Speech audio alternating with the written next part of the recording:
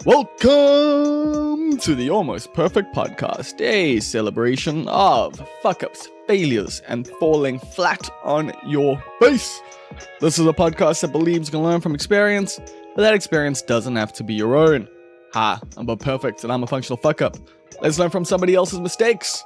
And today we are learning from Sophie Joans. Now, Sophie is an actor, a playwright, a comedian, and a clown. Like a certified clown from a very prestigious school. So Sophie is multi-talented, and we mostly actually chat in the show about her one-person show, her solo play called Eel, which I think that's how you say it. That sounds a bit like eel, but not eel, more like eel, like an owl. I'm not French, so that's become very apparent very quickly. Anyway, her one-person show, which is about finding her roots in Mauritius and trying to connect with her family, in particular her mom. I actually brought Sophie up to Durban for the Point Waterfront Arts Festival. I invited her up to perform the play because I'd heard great things about it at last year's National Arts Festival. It got awards and it got lots of great reviews, and people, like, with word of mouth actually told me straight up, yeah, no, it's fantastic. So I hit her up last year. I was like, hey, you want to come to Durban for this thing we're doing? And she was like, hell yeah, I'd do that. And we do chat a bit about her experiences with the festival and helped Sophie see how the show could be adapted to different venues than just the theater, because we did it at the Chairman. But yeah, it's a fucking great chat. Sophie's hilarious. There's so many funny stories that you're going to hear in this. It's just one chaotic story after the other, to be completely honest with you. Sophie definitely seems to know how to live life. So yeah, that's what's coming up. You're gonna get to enjoy that in just a little bit. Of course, I need to let you know that this podcast is brought to you by you, which means you can support it by going to patreon.com/almostperfect. I fucking hate advertising, so I don't really do advertising. Should I be doing advertising? Yeah, probably, so that I could actually, live a slightly better life than the one I'm currently living. But, I like shooting myself in the foot sometimes. And also, I believe in you. I believe that you will pay for things that you enjoy. And if you enjoy this thing, there we go. There we go. It's that simple. Patreon.com/almostperfect. So what I gotta tell you, you know what I gotta tell you, man. I've got a fucking show tomorrow. I've got the preview of It's Not the End of the World, and I am stressed the fuck out. That's the truth right there. I don't actually know how I feel. I don't know how to quite describe it. It's a lot of dread, a lot of excitement, a lot of, fear. Definitely fear. Gotta take that step, man. Gotta take that step. Gotta take that leap and see where we go. It's not even a big leap, man. It's not even a big step. I've definitely just tried to make this maintainable. But it is still daunting, I haven't done an hour of comedy since 2019. And even then, that wasn't an hour. I think I did about 50. So we'll see how we get tomorrow. We'll see what I can remember. It's a lot, bro. It's a fucking lot. It's a lot. So we're gonna hopefully get it all waxed. But the cool thing is, even if I forget some stuff, I'll probably make some other stuff up along the way, and we'll get there. And it's only $50, so I guess I'm not really selling the show that well to you. But it's a preview show for a reason. It's not the main show yet. It's not the 150 Rand a ticket in a theater show yet. It's the 50 Rand in a small little store down on Mahatma Gandhi Road. It's at Station Collective, by the way. Love Gabby and Hendrik. Gabby and Hendrik and I and a bunch of other people work together on the Point Waterfront Arts Festival. And yeah, I like the space. It's nice and comfy and cozy, and that's what I want for this. I want a nice, comfortable, cozy vibe with some familiar faces. And quite a few people have said that they're gonna try come through, or that they are coming through. And quite a few people have also said, oh, sorry bro, can't make it. Totally cool, you'll catch me when it's 150. That works for me. But yeah, ticket sales have been very slow, and that's been a little stressful. But at the same time, I'm gonna trust that everyone who says they're coming is gonna Not everyone. I'm going to trust that like half of the people that say they're coming are going to come through. And then that should be about the room. Like, because a lot of people have said they're coming and there aren't that many tickets, people. There aren't that many tickets. That's why we do the whole pre-sale thing. Like, but anyway, I digress. Like, Sophie and I moan a little bit about ticket sales and stuff. And like, I'm sure you as an audience member probably get a bit like tired of hearing artists constantly be like, please buy my tickets. Please just buy my fucking tickets. But it really does help alleviate a lot of the stresses involved. I'm going to quit the moaning though, and I'm going to let us get into the podcast. So without further ado, here comes the Almost Perfect Podcast with Sophie Joans. So how are you living, Sophie? Hello! I'm living. I am alive. That's my answer. What the fuck? Okay, so I see show prep's going well. Yeah, I think, yeah. What does going well mean? What do you mean by that, Bob? I don't know, it does kind of sound like you're losing your mind a little bit. Where on earth did you get that idea from? Yeah, I'm losing my mind. I think what people don't realize is that as an independent theatre maker, i.e. someone who isn't super famous and no one has, no external forces have been like, I believe in you enough to invest money and in time. You have to do everything yourself. And I wouldn't wish producing a play on my worst enemy, let alone performing in it too, having written it as well.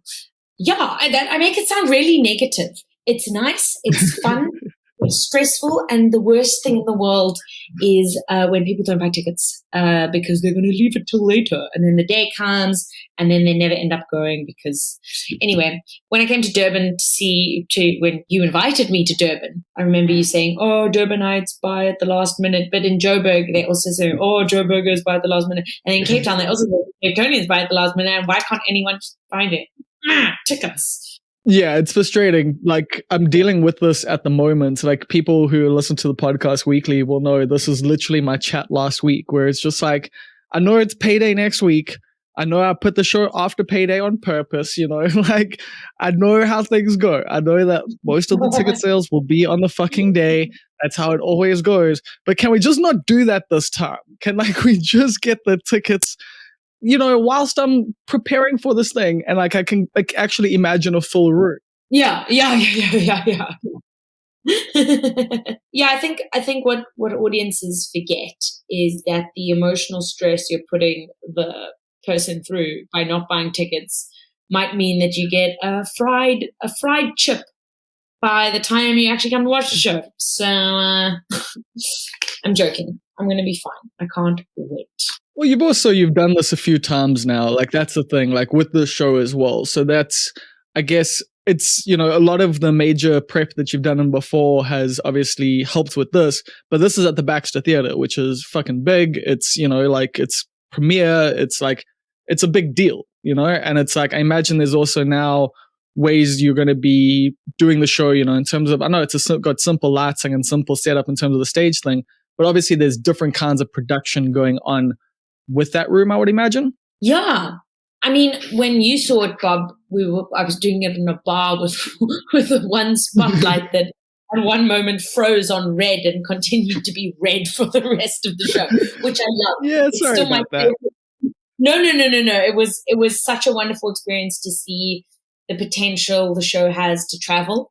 And then that's why I was stoked you'd like agreed to do it, because we chatted a bit before the show, and like we were like, yeah, this is going to be an experiment.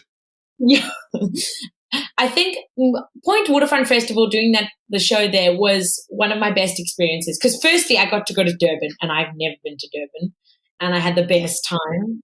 And uShaka Marine World is the fucking coolest place ever. I've got a story about that, which you can ask me about.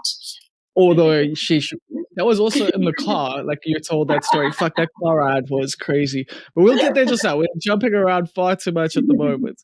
So as you're saying, Point Waterfront, uShaka, I like agree with you. That's why when people are like, "I'll go to Two Oceans like aquarium," I'm like, I'm going at home, you know.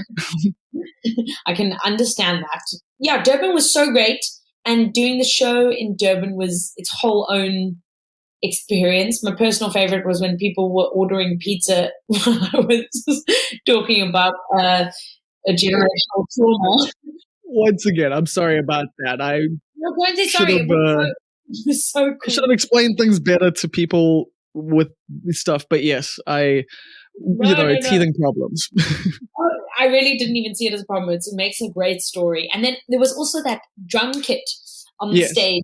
And the guy who was running the venue was like, "Oh, they're right after you. I don't have time to take it down." I'm like, "Well, okay, I'm gonna." What someone suggested was that I hit the cymbal at the end of every punchline, which I'm sad I didn't think of at the time. That could have been fun, but also like would have, I don't know, distracted from the actual show. Perhaps. But yeah, so the Baxter now, like, it's obviously quite different to that experience. This is now like, putting on like your big girl panties essentially, and like really, this is, I assume, the biggest stage you've done it on. Yes, it was the biggest room to fill. Well, we say biggest. Yes. I think the National Arts Festival had a bigger venue, but definitely in terms of like Cape Town, the biggest stage. Okay. On, and it's like a real theater, and there's dressing rooms and everything. Yeah, that's it's always nice to be able to actually get changed at the venue. Yeah, so it's huge. It's big. We got posters up on the poles around Cape Town. Yeah, I'm excited. But how's this different? Like, how are you approaching it mentally in terms of the production? Oh, right, that's the actual question. Gotcha. Yes. I'm keeping track. I'm smoking less weed these days. We're staying on track today. I am not on track. Interpret that as you will. I think, what's interesting is that it's my first play. I went into drama, into theatre. I decided that I did not want to join Greenpeace anymore. I wanted to be a theatre maker. When I saw a show when I was 16 about a man and his father, and it made me feel so seen in a way nothing else had. And I was like, this is what I'm going to do with my life.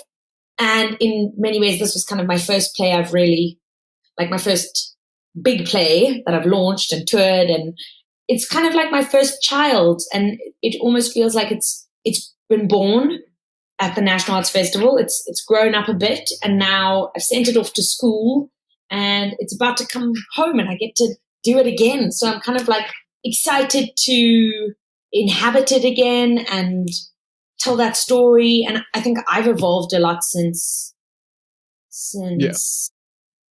I wrote it. Since writing it, I can imagine.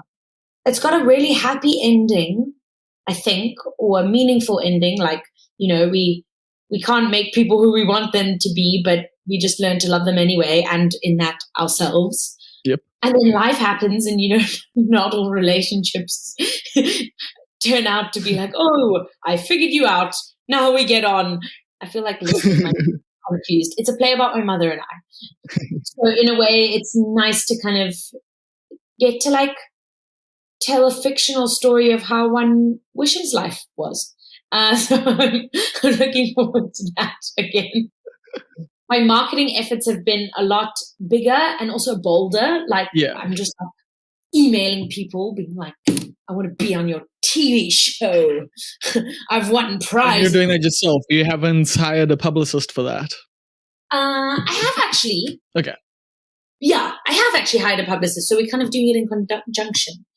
Okay, that's cool. Yeah. And how's that going? Because that's also like a big part of the like hassle of doing these things on your own, which I know all too well because I've done literally everything ever on my own for like fucking 16 years, is that the marketing is like something that like for me gets draining. But at the same time now I'm like trying to just like think of things a bit more positively and trying different things, and like actually inspired by your chutzpah, essentially, your like vigor and your like drive to just keep at it no matter what. Because like I always get that thing of like, oh, I don't want to annoy people and this and that, but then find creative ways to do it and find ways that like actually showcase the thing. And that's something I think you do very well. Oh yay, that's such a compliment. Thanks, Bob. Yeah, I also get scared I'm annoying people, and then I look at the amount of money I've invested and then I have to make a certain word. And then I don't care about annoying people. I found, I mean, I don't know if you asked this, but I found the two things that help with marketing is one, have stakes. Like the higher the better, because the more furiously you'll do it. And my second piece, just have something good that people tell their friends about, because still to this day, no amount of posters has any comparison to one person telling one other person, go see this. Yeah, no, I even just know with this podcast, a lot of the time, like people who listen to it, it is a one-to-one exchange. It's literally just like I dig this thing. Like the shares online and stuff obviously do help, but a lot of the times, like people, don't necessarily take that in. I know even just for myself, when people recommend me things personally, I definitely, like I write stuff down a lot, like, and then I go check stuff out afterwards. And yeah, it's definitely helpful. So if you're listening and you dig something, tell people about it. That's always, it's always helpful. But you did mention something there that is very important in this, having something good. How did you know you had something good before you ever did it?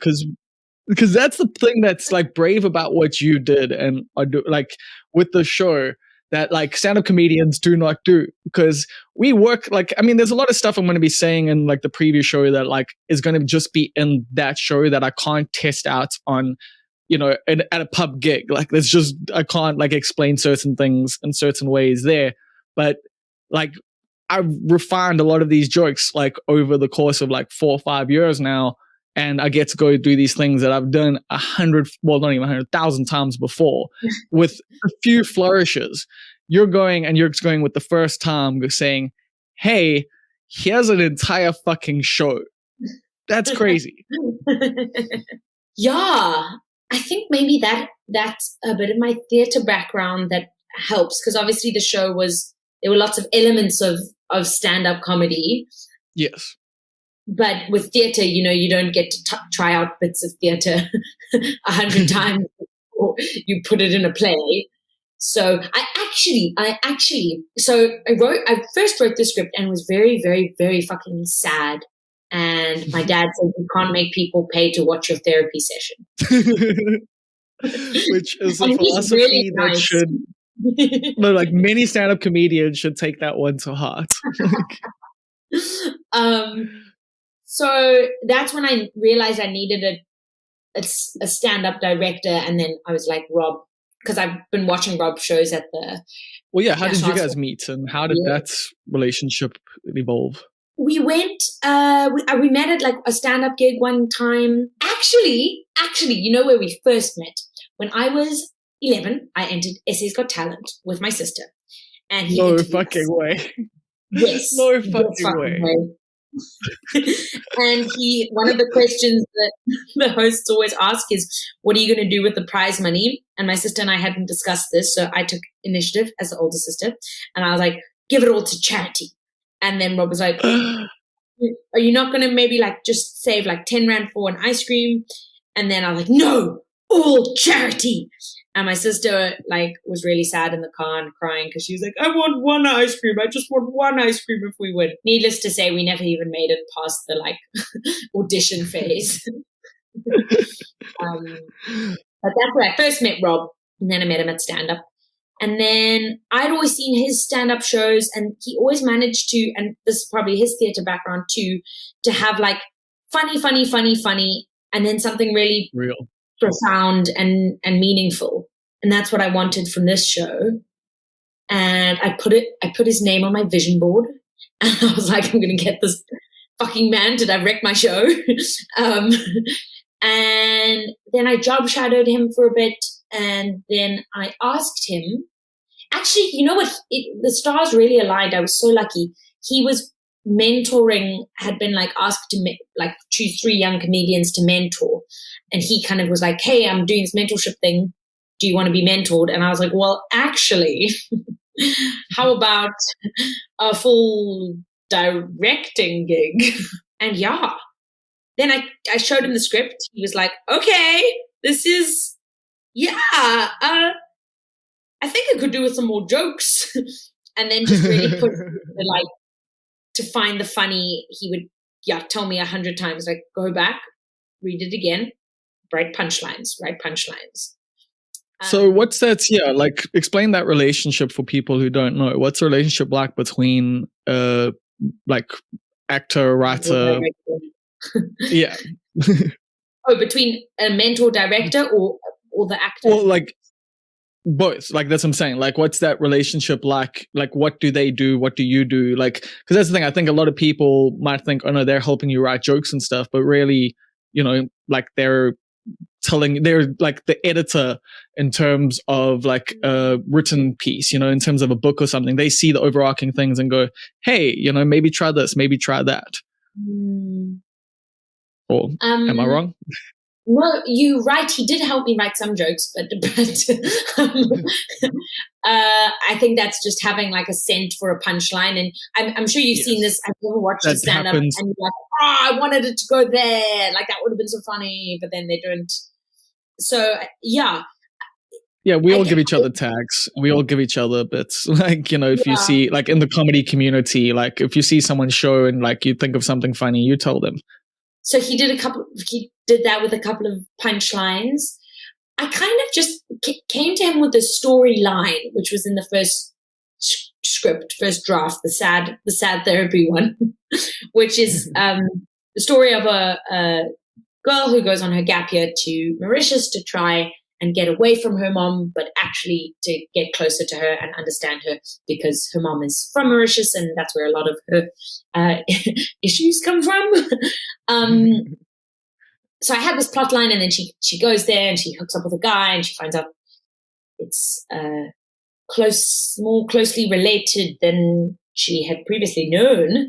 And then she almost falls inside a volcano and ends up finding the heart inside the island. And that's kind of so that was the storyline. And then I'd come to rehearsals with Rob and we'd work on like a section. And then in between, when we were just chatting, because I was like visiting my parents now and then, and I'd come from my parents' house to rehearse with Rob, and I'd be like, you'll never guess what just happened. Like my mom found a dead hardy-dar in the gutter and she plucked it because she wanted to recycle the feathers. And he'd be like, that is funny. That is a story worth telling. So a lot of the play was like, in that way, I guess, devised or almost improvised, where I just tell, and I think that's where the storytelling aspect of the play comes in. It was literally me just telling stories and him being like, that's a good story. Well, just having that back and forth with someone else is very helpful. Yeah. He was it wasn't like he would give me notes, send me off to work on it, and then I'd kind of come back and show the progress. So that's kind of was Rob's directorial approach, which I think is a really good one, because it makes, especially if you're telling your own story, you need to sit with it and think about it and work on it just yourself, but then have an outside eye so that you're not too shit and don't know it. And too myopic, yeah. Like it's like sometimes when, like, I know for myself, like, because that's the thing, like at the moment, like, because Mojack has agreed to direct my show, so like at the moment, yeah, like I'm super stoked about that, but like at the moment it's not directed by Mojack, at the moment it's just, here's everything in the format that I'm thinking is best, then like we're going to do it with him, and then from there like reorder and figure stuff out and like work with it over a little while, and then hopefully like tour it and everything. But I know it's a long fucking process, and that's what I hate. Yeah, I just want to be doing it as much as possible. The show. Yeah, like because that's also the thing, like it's a struggle also in South Africa to do something as much as you need to do it to like really get it in your bones, like if that makes sense. Totally. Yeah. Like with this show, you've done it quite a lot though. How many times have you kept counts how many times you've done it? I have kind of kept count. I think I've done it like getting close to 20. Oh wow, I thought it would have been more. Nah, it's probably around 20, like 6 at NAF, 6 in Cape Town, 2 in Durban, 4 in Hilton, 4 in Stellenbosch. So around 20, maybe 22. Okay. But I'm going to be going to the Edinburgh Fringe Festival. And really that, yeah, in August. And that is 28 shows. And when I signed the contract, there was one like note that said off days, none. I was like, okay, this is, I guess that's like what you're saying. It's hard to practice a show do a show as many times as you need in South Africa. Yeah. But I think there, I'm going to do it as many times as I need. Yeah, that's fucking amazing. That's like after that, you're going to be sick of it. So I definitely think so. But that is, for me at least, that's, the dream. That is what I want out of my comedy life and experience and everything. I want to just be doing it as much as possible so that I can refine things a lot more. And like, it's so cool that you at least had that, because that's the thing. It's a different experience, the theater and comedy thing, although they do come together kind of with your solo show, because your solo show is like got partial stand-up. And did you test any of the comedy at all? I'm glad you asked that. Like a week when we're going through this process and Rob's like, it just needs to be a bit more funny, especially in the beginning. I was like, okay, I'm gonna take the beginning bit about the lava lamp and I'm gonna do it in a bar because it's funny. It's not funny. It's funny when I get to contextualize it in the show. But I'm like, it's very fucking funny. I've got Nick Rabinovitz and Rian Musa sitting in the back, kind of holding their hands in their heads.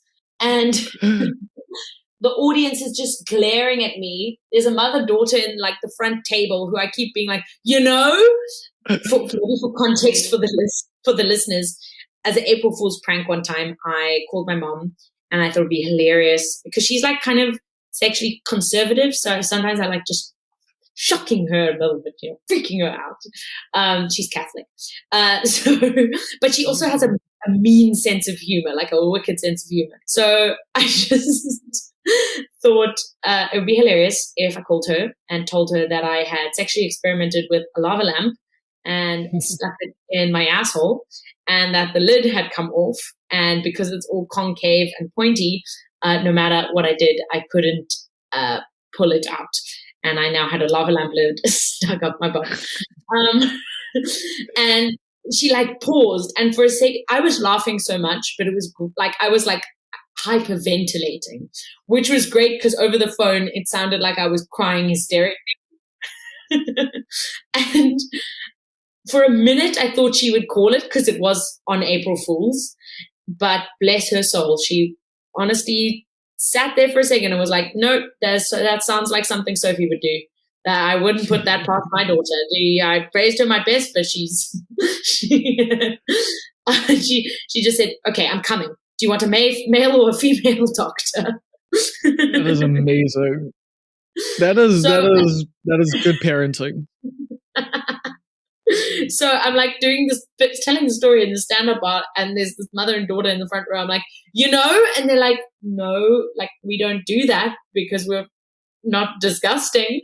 And no one laughed except someone in the very front who was a former hookup of mine who I really kind of like didn't like much, and I ghosted them, and then they were giving me so much energy and like laughing and going, yeah, that's so funny. And it's horrible because you're standing there and you're like, I hate you. But like, like this is the only audience member giving me anything right now. So that was it. I never, ever, ever took that play out of a theater ever again. It will not see the lights of a stand-up stage. It's not made for that. It's too fragile. Fair enough. I guess that bit would work with like something like raunchy renditions, which is another thing that you put together. And that's also actually something I like about your show is that it is a bit horny at times. Like it is like quite honest and raunchy and like also disgusting. And like, yeah, you really go all over the place. But what have you found like with the journey of being a woman, being sexually open and talking about these things? Have you had any pushback? I'm not pushback. I think a lot of people have felt quite seen. I think the part about the queef is very humanizing for a lot of people because we've all been there. I will say, on either side, Hilton Arts Festival is a different crowd. And I can just imagine how that all went down. Oh my god. Yeah. Okay. I did the joke about the pussy fart, and I always get such a big laugh there that it gives me a moment to change the set. And I changed that set in fucking silence. It was, you could hear the crickets. I guess when you pay school fees that high, you don't queef. I guess that's what happens. I think they just have sex at one time, So if it doesn't happen then, they're never gonna know. Yeah. Oh. Bob, I have a question about your show. I know you're asking about my show, but I have a question about your show. Sure. Your joke about preferring weed to sex, is that in the show? That's not in this show. So that's going to be in the next show called The King of Myopia. So I've got the weird thing with this show is that there was an original version that I did in 2019 that I did once, and then the pandemic hits, which is pretty ironic. Oh, that's cool. Yeah. So it's not ideal in terms of, laugh, but quite funny in terms of a narrative that I'm still working out within the show. But yeah, so this is now not that show, it's an evolution of it. And I just want to get this done it's this fucking albatross around my neck, because it's but it's also ever building because the world just keeps getting crazier. But at the same time, my friend Nas Hussain, who passed away recently, 2 years ago now, I think, 2 or 3 years ago. Yeah, from COVID and stuff. He once called me the King of Myopia. And I said, that would be such a good show, title for a show. And he was like, yeah, you should do that. And so now that's the next project. And especially with the breakup and just with, other things. Because it's kind of weird, having this, it's not the end of the world show where it's a lot less personal at the moment. Because it's not, it's stuff that I still am interested in and engaged with, but not in the same way as I was beforehand. And so now I'm more just engaged with myself, and discovering who I am and who I want to be and all of that. And that's kind of what the show is going to be about. It's just being rather, short-sighted and how that's plagued me and, led me down certain paths that maybe I didn't want to go down. But yeah. I really want to see the show. When is it coming to Cape Town? Which one? It was the King of Up here is going to be in 2 years' time, unfortunately. Okay. But a lot of those, but there's a lot, that's the thing. It's kind of fun, at the moment, because a lot of those jokes are coming naturally. It's just because it's my life, a lot of the relationship stuff, a lot of family stuff, a lot of that sort of stuff is just in the back of my mind. So every now and again, I'll think of a joke and then I try it out at gigs. And that's been quite fun to then have all this new stuff coming in with a lot of so I now start a lot of my sets with relationship stuff and then get into the environmental stuff and all of this stuff. If I'm just doing a club gig, and I find that that's been working quite well instead of just being all doom and gloom and the world's going to end in a club set. Got you. I love that. I have to say that relationship I just asked because I just love that joke. It was because stand-ups always post their bits on Reels on Instagram, and it's oh yeah. That one I liked so much that I watched it twice, and then I turned to Ethan. I was listen to this joke, and then we both burst out laughing. That is. So it was played to a third party. It was so good. I don't know why it was so good. Word of mouth. Yes. I don't know. It's weird as well for me because I think those kind of jokes are my best. I've got it those one-liners, those Mitch Hedberg kind of one-liners, but it's also with a little Rodney Dangerfield and the whole just being self-deprecating kind of vibe. But at the same time, I love guys Daniel Tosh who get really weird and esoteric with some things. He's got this whole bit about taking a girl home and she turns out to be a pterodactyl and talking about the wingspan. And it's just So I do like a bit of both of those things, the Mitch Hedberg, Daniel Tosh thing, and trying to find the balance is the tough part. So I guess me saying all of that goes to who are your influences? Ooh. Okay, well, I'm going to sound like every other white girl between 20 and 40. Phoebe Waller-Bridge is amazing. I literally watched season 1 of Fleabag last night. Oh, really? How did you find it? I mean, like, oh my God, but yeah, it's great. But just, wow, that's heavy. But yeah, it's great. Do you watch the whole season? Yeah, I watched the whole season last night. Amazing. It's not that long. Yeah. It's because, like I've been on my catching up on things I need to like catch up on phase lately. Had a bit of time, I'm inspired by a lot of South Africans. Okay. A lot of my favorite artists just happen to be South African artists. And I wouldn't say it's like from any sort of place of patriotism or like, oh, we should support our local art scene. It's just genuinely, I think the South African theatre scene, I don't know about the stand-up scene, but I think the South African theatre scene has the evolution of theatre in this country from being like poor theatre and protest theatre and not having a lot of funding and not having budgets for huge fancy sets all the time has made the culture be incredibly resourceful and rely on things like people's performance and writing to be captivating as opposed to all the other magic tricks that theatre can do. And as a result, I just think the quality of story that we produce is phenomenal. In that vein, Wessel Pretorius, who was the guy who wrote the play that inspired me to do theatre, he's just done a new show, which is around still. It's like kind of touring now, called My Hart is a Muurbal, which was heart-wrenchingly hilarious. It was so good. Maybe want to do theatre all over again. Growing up, seeing Rob every year at the National Arts Festival, he was always a big inspiration, especially for that way he could be so funny and then poignant. Gemma Khan, do you know Gemma Khan? I'm not going to know almost anyone you mentioned here, to be completely honest with you, but you can listen. Like, I'm going to listen, I'm going to check them out. And also, there's other people listening to this conversation too. So please tell me about these people. Gemma Khan's amazing. She incorporates a lot of visual art into her theatre, and she's actually directing my next play, which is super exciting. I can't believe it. It's launching at National Arts Festival. Dog Rose. Yeah. It's on the Arena program, which is a big deal. Well, yeah, you definitely got some like cachet now after last year. Yeah, I try. Internationally, okay, like I think I like who everyone likes, and I think that's because they are really great storytellers.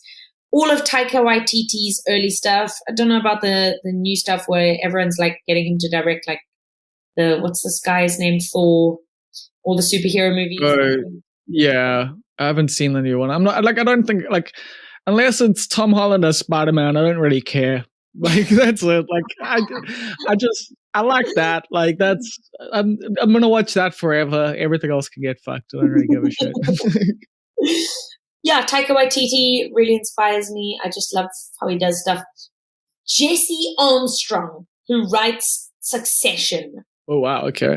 Succession is great. I love Succession. Beef was I'm gonna get into it eventually in about 2 years' time. Like, I've just got to Fleabag now, so I think okay. Yeah, we'll give you room. Although it is weird, like I was like, I guess it's also because other people, like Severance, I was watching it, when it came out, but then other things like the morning show was also like fucking 2 or 3 years afterwards.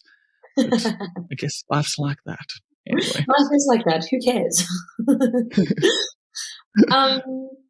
Yeah, I think it's an exciting time to be a storyteller because I think we're entering this new era of people being just completely honest.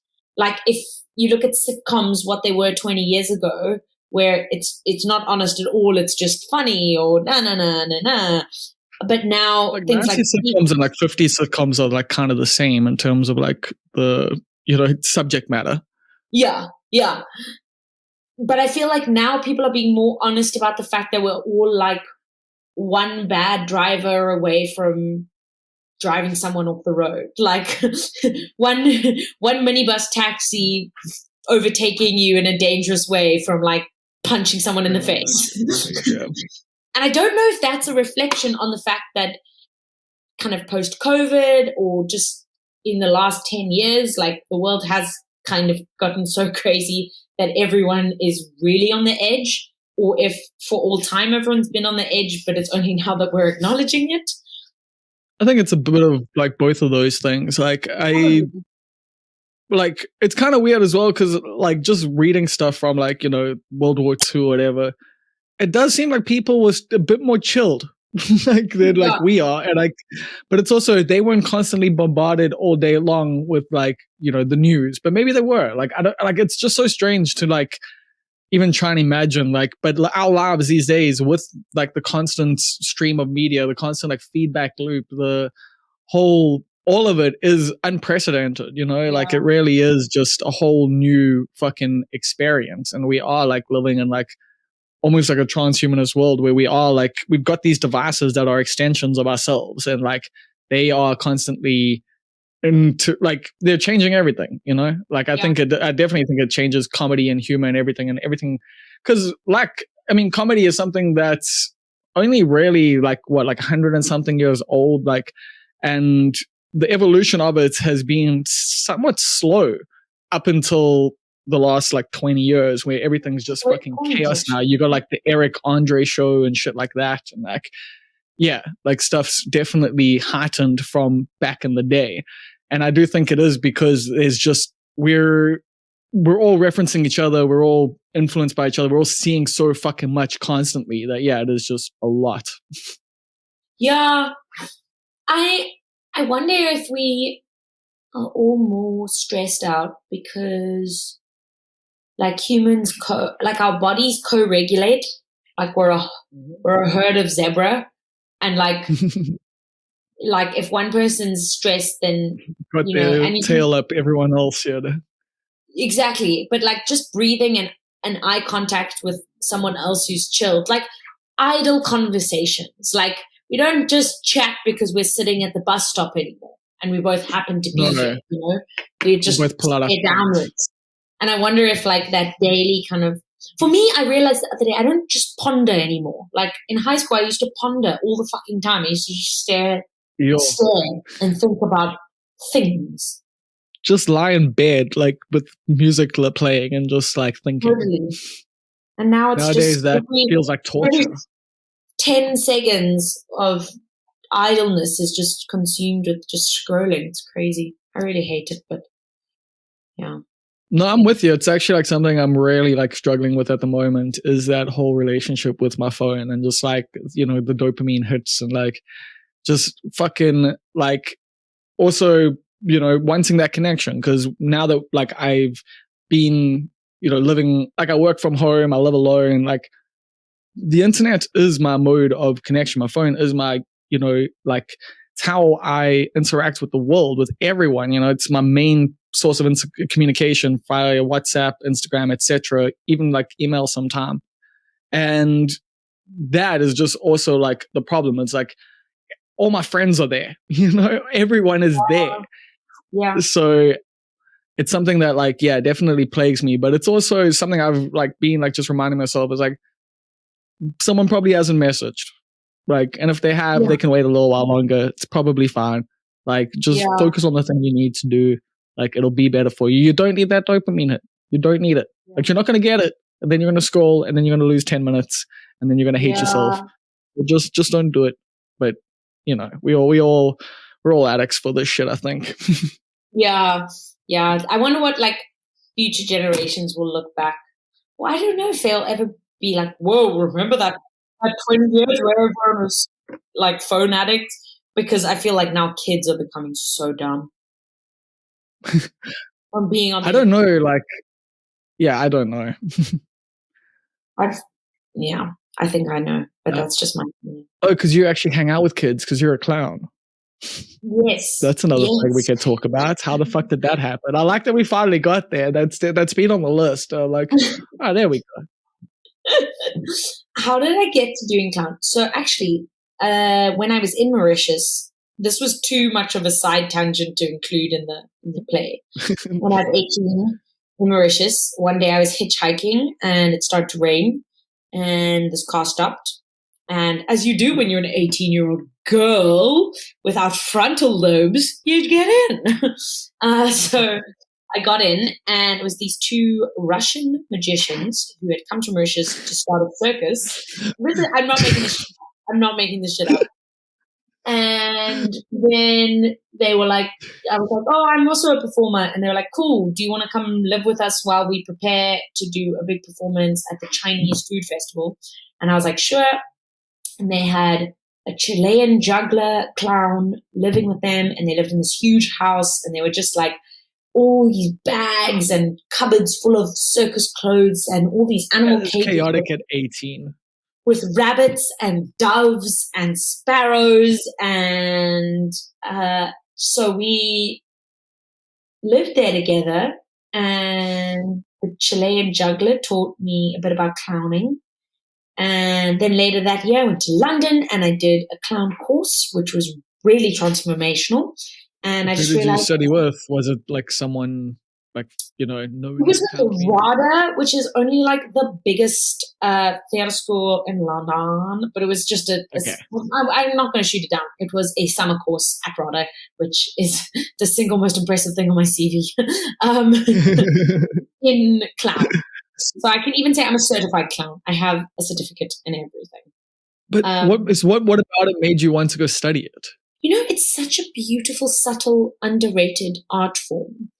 And in some ways, I think many people don't actually know it. But what it is about really getting in touch with your inner child.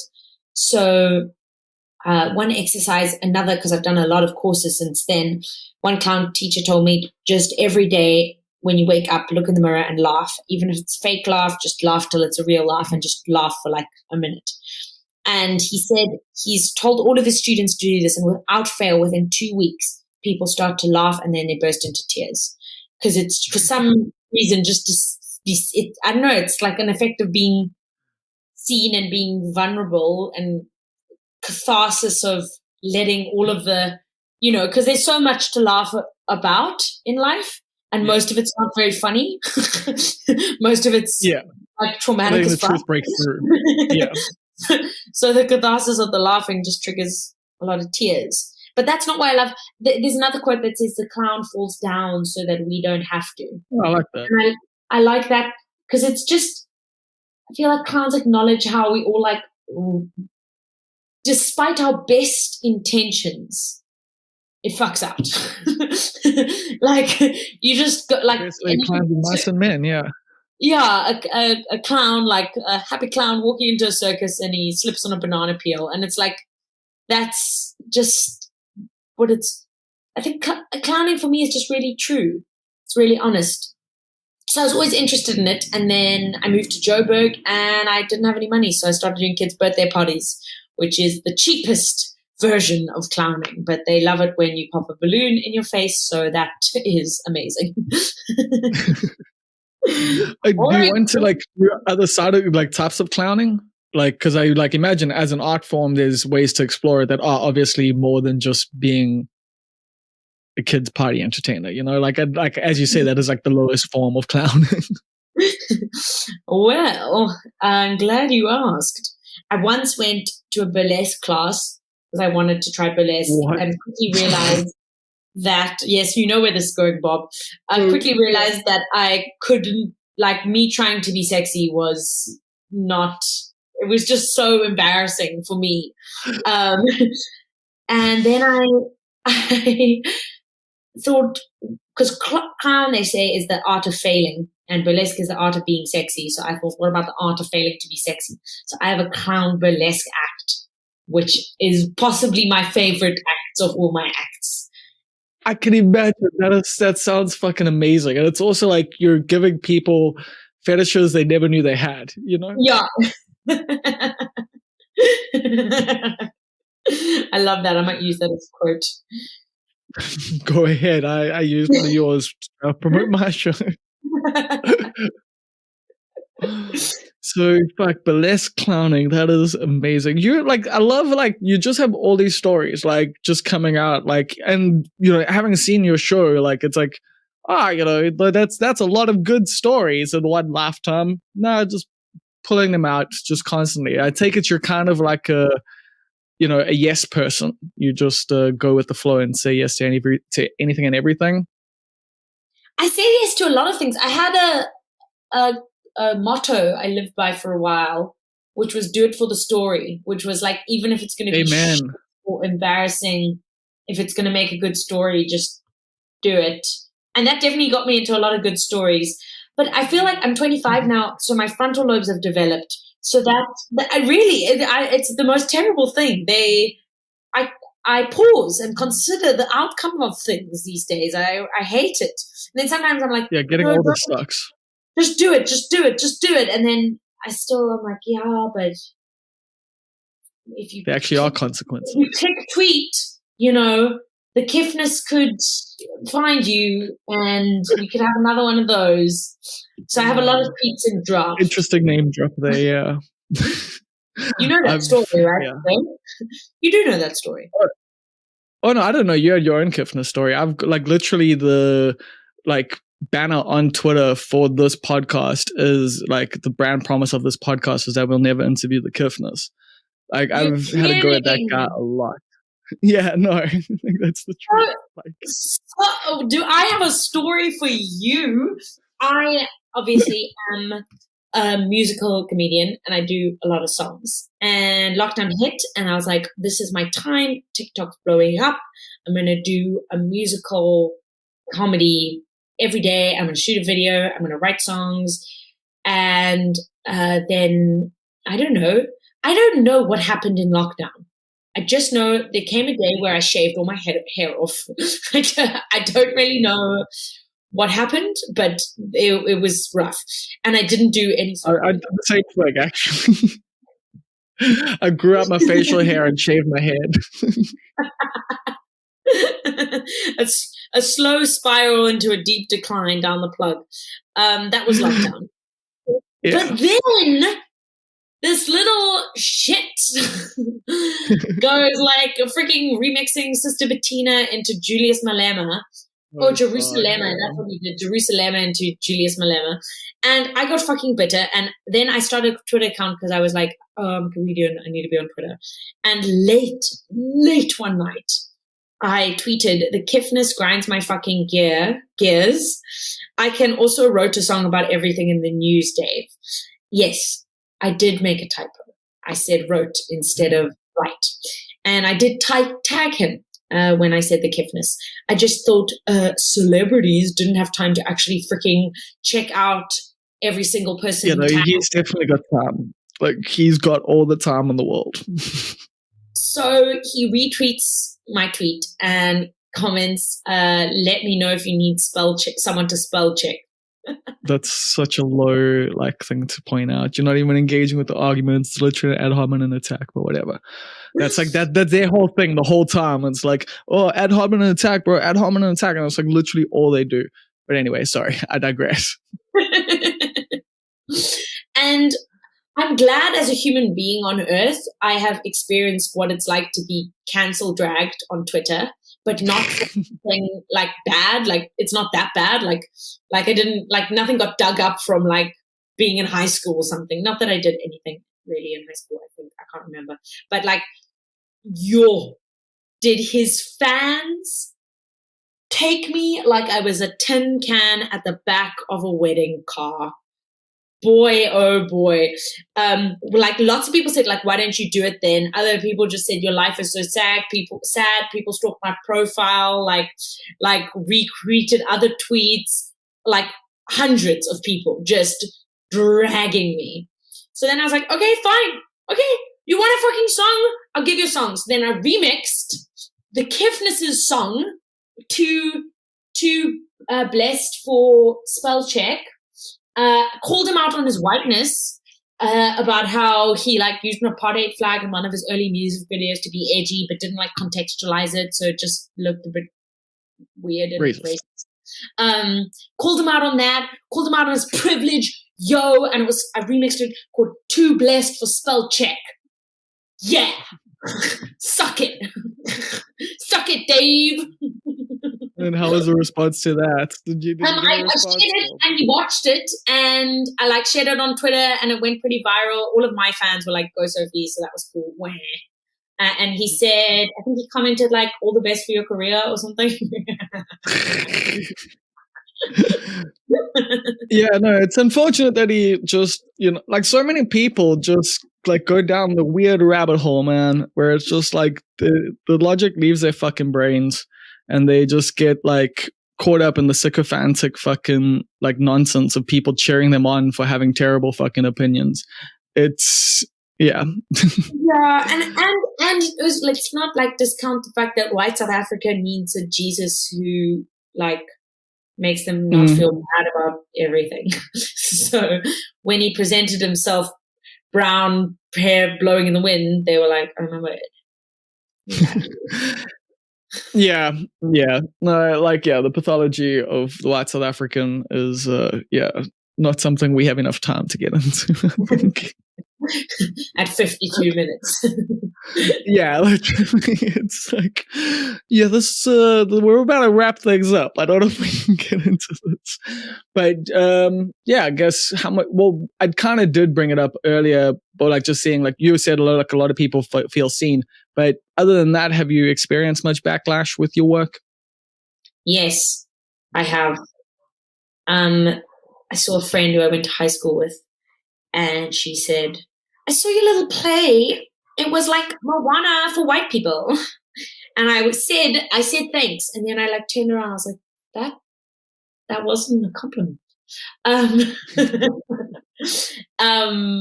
That was pretty much the only thing. Oh, and my mom's best friend said it was very hard. So those are the kind of literally everyone else loves it. So I think you're doing fine. Yeah, pretty much, except the queef part and the Hilton folks, but that's totally was fine. that the only part that died there? I think the part about the Catholics fucking baguettes also didn't go down. Yeah, that's definitely not the audience for that.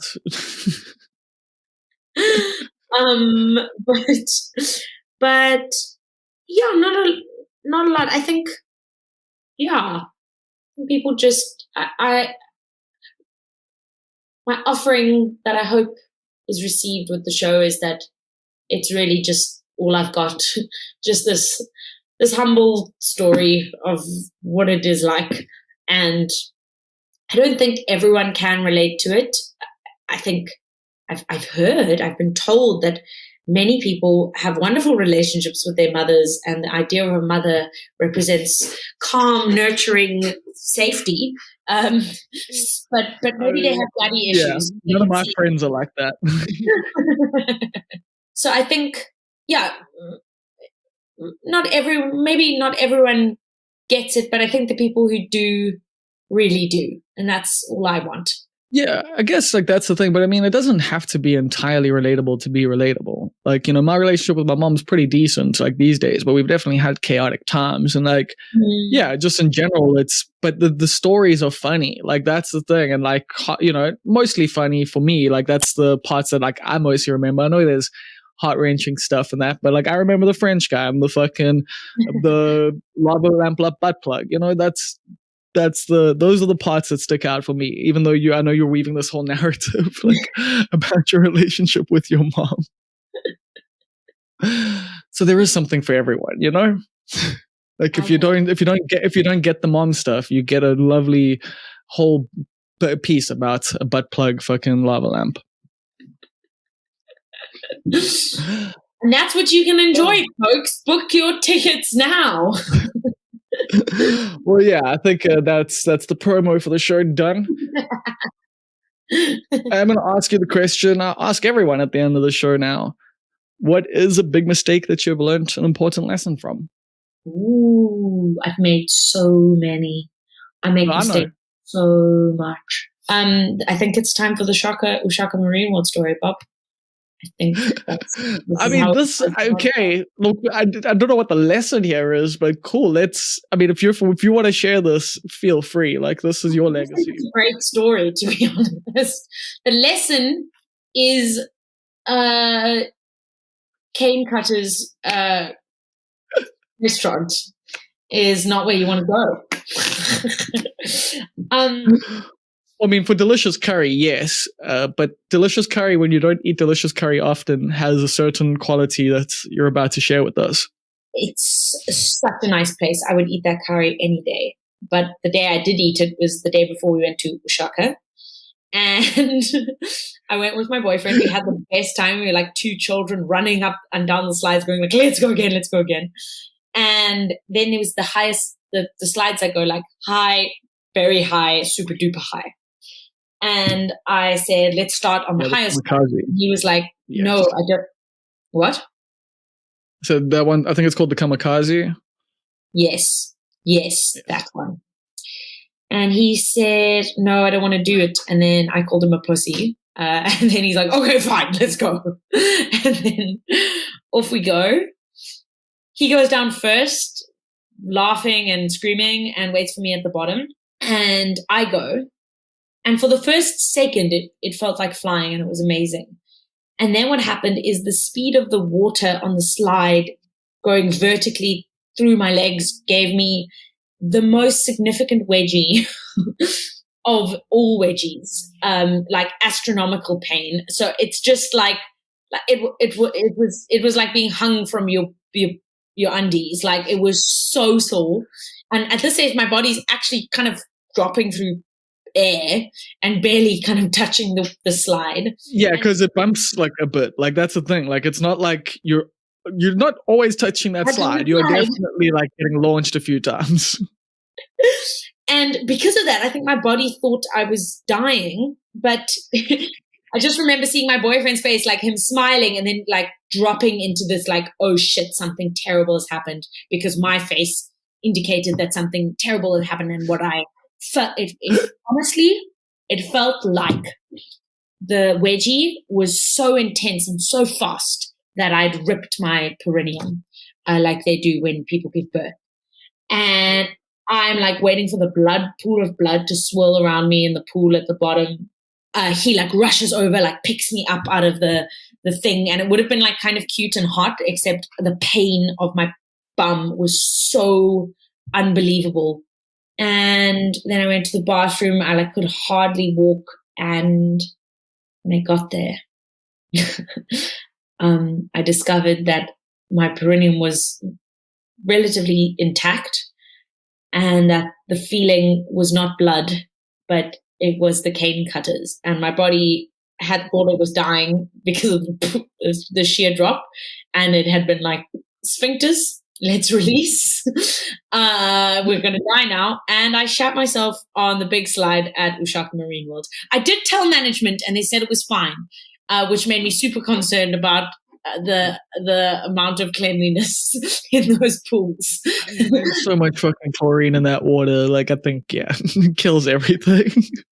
And the lesson I learned from that was, you know what? It was a pride thing. Like you don't always have to be like, oh, I went on the big one, because sometimes you get hurt. It was a frontal lobe development lesson.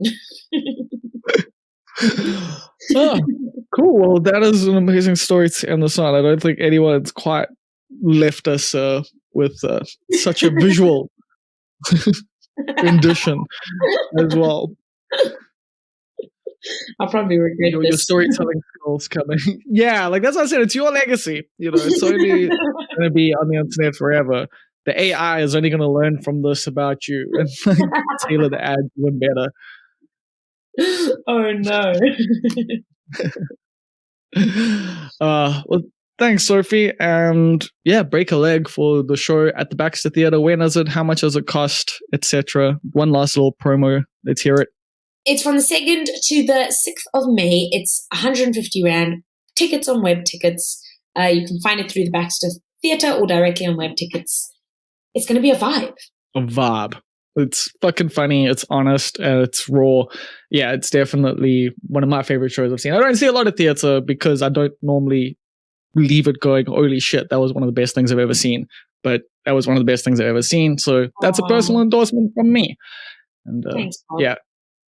Always. Well, thank you for coming, all the way to Durban on, a whim for a brand new thing for a guy you don't even know. So like, I appreciate that as well. And going home limping with an intense injury. It's my pleasure.